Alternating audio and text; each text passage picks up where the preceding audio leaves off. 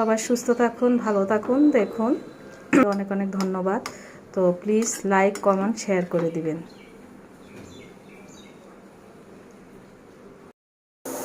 Hello, আসসালামু আলাইকুম। সবাই কেমন আছেন? আজকের রেসিপি হলো আমার ডাটা, আলু, কাঁঠালের বিচি দিয়ে মলায়া মাছের শুটকি দিয়ে রান্না করব। তো কিভাবে রান্নাটা করব আপনাদেরকে দেখাচ্ছি। প্রথমে আমি কড়াইতে গরম করে পেঁয়াজ আর কাঁচামরিচ দিয়ে দিলাম। এখন আমি সয়াবিন তেল দিব। পরিমাণ মতো সয়াবিন তেল আমি এই জায়গায় দিয়ে দিলাম।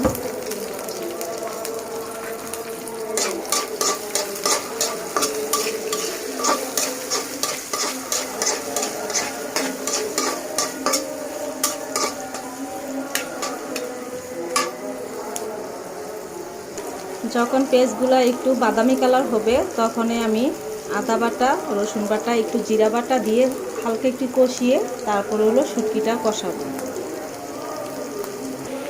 দেখেন বাদামি কালার হয়ে গিয়েছে। তো এখন আমি পরিমাণ মতো একটু রসুন বাটা 1 চামচ দিয়ে দিলাম। তারপরে হাফ চা চামচ আদা, হাফ চা চামচ জিরা বাটা। এখন আমি একটু লেগে দেবো। চুলাটা কম জাল দিয়ে একদম মিডিয়াম চুলা রেখে মশলাটা কষাতে হবে। পরিমাণ মতো হলুদের গুঁড়া দিয়ে দিলাম। আমি 1 চামচ মরিচের গুঁড়া দিয়ে দিলাম। আমি এত জাল দেব না, আমার স্বাদ মতো আমি জালটা দিলাম। আপনারা ওইভাবে দিবেন আপনাদের পরিমাণ মতো। হাফ চা চামচ ধনিয়ার গুঁড়া দিয়ে দিলাম। স্বাদ মতো লবণ দিয়ে দিলাম। তারপর সামান্য পরিমাণ মতো একটু পানি দিয়ে দিলাম। এইভাবে একটু কষিয়ে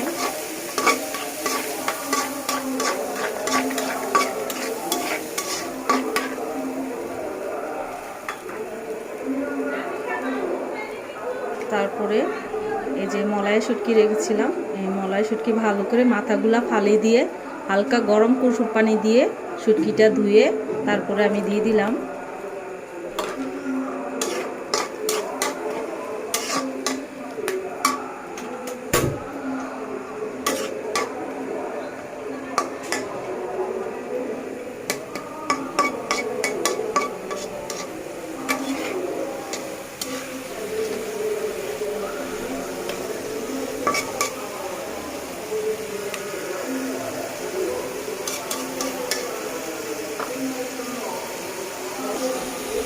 শুটকিটা আমার কষানো শেষ।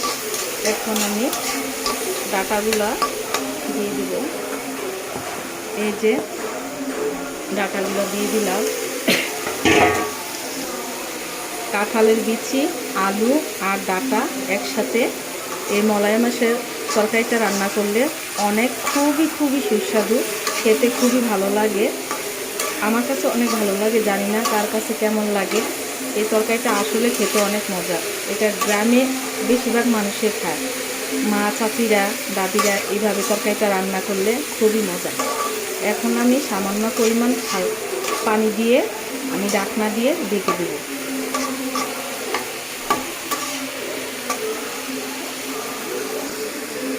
দেখুন সামান্য পরিমাণ মতো পানি দিয়ে আমি কষিয়ে নেব। এখন আমি ঢাকনাটা দিয়ে দিলাম। 2 মিনিট পর আমি এইভাবে নেড়ে দেব। দেখুন 2 মিনিট হয়ে গেছে। এখন আমি তরকারিটা একটু নেড়ে দেব।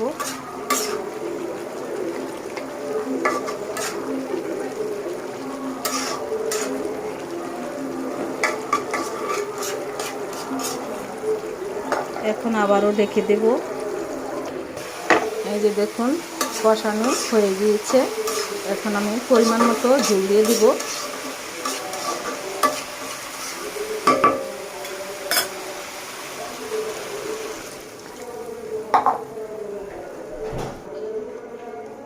ঝোলটা পরিমাণ মতো। আবার ডাটা খেতে চান না, চিংড়ি মাছ দিয়ে রান্না করলেও মজা। এইসব মলাই শুটকি দিয়ে এইভাবে ডাঁটা তরকারি রান্না করলে খেতে খুবই মজা। অনেকে খেতে চায় না, এইভাবে রান্না করে দেখবেন, সবাই খাবে, ছোট বড় সবাই। তো সবাই, সামান্য একটু বাকি আছে রান্নাটা, পরবর্তী রান্নাটা আপনাকে দেখাচ্ছি। এখন আমি রান্নাটাকে ডেকে দেব, ঝোলটা সামান্য পরিমাণ একটু শুকাবে, তারপর আমি উঠিয়ে ফেলব। এখন তরকারিটা আমার হয়ে গেল। এখন ঝোলটা পরিমাণ মতো আমি রাখলাম, কারণ ঝোল একবারে শুকায় গেলে তো ভাত খেতে পারবে না ঝোল না থাকলে। তো এইভাবে হয়ে গেল। ডাঁটা, আলু, কাঁঠালের বিচি দিয়ে মলাই মাছের শুটকি দিয়ে রান্না করে ফেললাম। দেখেন কালারটা কেমন হয়েছে। এটা আসলে খেতে খুবই ভালো লাগে। আপনারা এইভাবে রান্না করে খাবেন, দেখবেন খুবই মজা এই ডাঁটা তরকারিটা।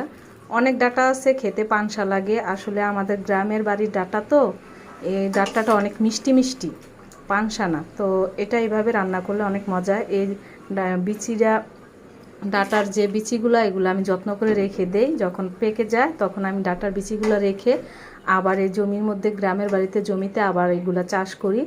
কারণ বড় চিংড়ি দিয়ে খেতেও ভালো লাগে, তারপর ইলিশ মাছ দিয়ে খেতেও ভালো লাগে, আমার কাছে অনেক ভালো লাগে। অনেক ধরনের ডাঁটা আছে, অন্য ধরনের পানসা পানসা ডাঁটা, ওগুলো রান্না করলে এতটা স্বাদ হয় না। এই মিষ্টি ডাঁটাটা যে কোনো তরকারিতে দেন না কেন, খেতে খুবই মজা।